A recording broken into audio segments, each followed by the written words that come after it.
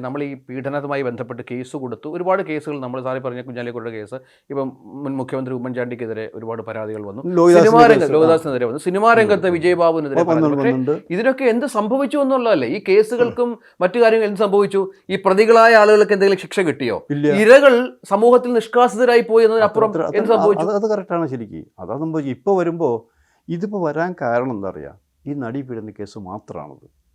അതും WCC എന്ന് പറഞ്ഞാൽ കുറച്ച് പേര് ഉണ്ടാക്കിയിട്ടാണത്. അപ്പോൾ WCCക്ക് അവരുടെ കാര്യങ്ങളിലേക്ക് നമ്മൾ ഇടപെടുന്നില്ല. പക്ഷേ അതിന് മുമ്പ് WCC ഉണ്ടാകുന്നതിന് മുമ്പ് ഈ നടിപീഡന കേസ് വാനിഷ് ചെയ്തു പോയല്ലേ ശരിക്കും.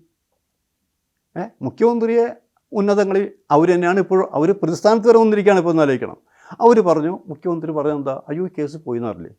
അപ്പോഴാണ് ഇവരെല്ലാവരും കൂടി കുറച്ച് സംഘം കലാകാരികൾ വന്ന് പറഞ്ഞ് ബുദ്ധിമുട്ട്, പിന്നെ വളരെ സ്പീഡപ്പ് ചെയ്തില്ലേ. അതിൻ്റെ ആ സ്പീഡപ്പ് ചെയ്ത് 85 ദിവസം ജയിലിട്ടു. അതിനേക്കാൾ രൂക്ഷമാണ് ഇപ്പോൾ വന്നിരിക്കുന്ന സംഭവങ്ങൾ എന്ന് പറഞ്ഞാൽ 3 പേരടങ്ങിയ ജസ്റ്റിസ് ഹേമയുണ്ട്, KB വത്സലകുമാരി IAS ഉണ്ട്, ഉർവശി MP കൂടിയായിരുന്നു ശാരദ, ഉർവശി ശാരദയുണ്ട് അല്ലേ. ഇവർ 3 പേരും 6 മാസം കൊണ്ടാണ് അവരോട് തയ്യാറാക്കാൻ പറഞ്ഞത്.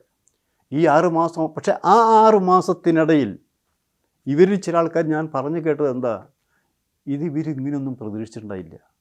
ഇതൊരു ചെറിയ കേസായിരിക്കും, പക്ഷേ ഇത് എവിടെ കൊണ്ട് അവസാനിപ്പിക്കും. ഉൾപ്പെട്ടിരിക്കുന്നത് വലിയ വലിയ ആൾക്കാരാണെന്ന് ആലോചിക്കണം. ഇത് പൊട്ടിത്തെറി എന്നുള്ളത് നമ്മളിപ്പോൾ വയനാട്ടിലുള്ള ദുരന്തത്തേക്കാൾ വലിയ ദുരന്തമാണെന്ന് അവർ മനസ്സിലാക്കി കഴിഞ്ഞു. അതുമാത്രമല്ല, അതിന് ചില ആൾക്കാരോട് അവർ സൂചനയും നൽകിയെന്നാണ് എനിക്കറിയാൻ കഴിഞ്ഞത് നേരത്തെ തന്നെ. ആ സൂചന അറിഞ്ഞതിൻ്റെ പേരിലാണ് ഇത് നീട്ടിക്കൊണ്ടുപോയി. 1.5 വർഷം എടുത്തു. ഈ 1.5 വർഷം ഇവർ എടുത്തെങ്കിലും 1.5 വർഷം മറ്റുള്ളവർ ഇതെങ്ങനെ അവസാനിപ്പിക്കണം, വരാതിരിക്കാൻ മാത്രമല്ല ഈ ആളെ അറിഞ്ഞതിൻ്റെ പേരിൽ സാമ്പത്തിക ഇടപാട് നടന്നു എന്ന് പറഞ്ഞു കേൾക്കുന്നുണ്ട്. അതായത് ഒരു ഭാഗത്ത് നിങ്ങളുടെ പേരല്ലേ, അത് വരില്ല, ഈ റിപ്പോർട്ടും വരില്ല, പക്ഷെ പകരം ആരൊക്കെയോ ചേർന്ന് കാശുകളും വാങ്ങി എന്ന് പറയുന്നുണ്ടെന്ന് ആലോചിക്കണം. ഇതൊക്കെ ഇതിനാണ് നടന്നുകൊണ്ടിരിക്കുന്നത്. നമുക്കിത് നേരിട്ട് അനുഭവങ്ങളില്ല, നമ്മുടെ തെളിവില്ല, പറഞ്ഞ് കേട്ട കാര്യങ്ങൾ മാത്രമാണെന്ന്. അപ്പോൾ അതുകൊണ്ട് റിപ്പോർട്ട് സമർപ്പിച്ചപ്പോൾ ഇതാരാ വെച്ചിരിക്കുന്നത്? ഗവൺമെൻറ്റാണ് വെച്ചിരിക്കുന്നത്. ഗവൺമെൻറ് വെക്കുന്ന ആൾക്കാർക്ക് അതിൻ്റെ പൂർണ്ണ ഉത്തരവാദിത്വം ഗവൺമെൻറ് അല്ലേ. അപ്പോൾ ഗവൺമെൻറ് അറിയില്ല, ഗവൺമെൻറ് അറിഞ്ഞിട്ടില്ല, അറിയുന്നില്ല, അല്ലെങ്കിൽ ഇത് കൊടുക്കാൻ പറ്റില്ല. പിന്നെ എന്തിനാണ് നിങ്ങൾ പോയത്?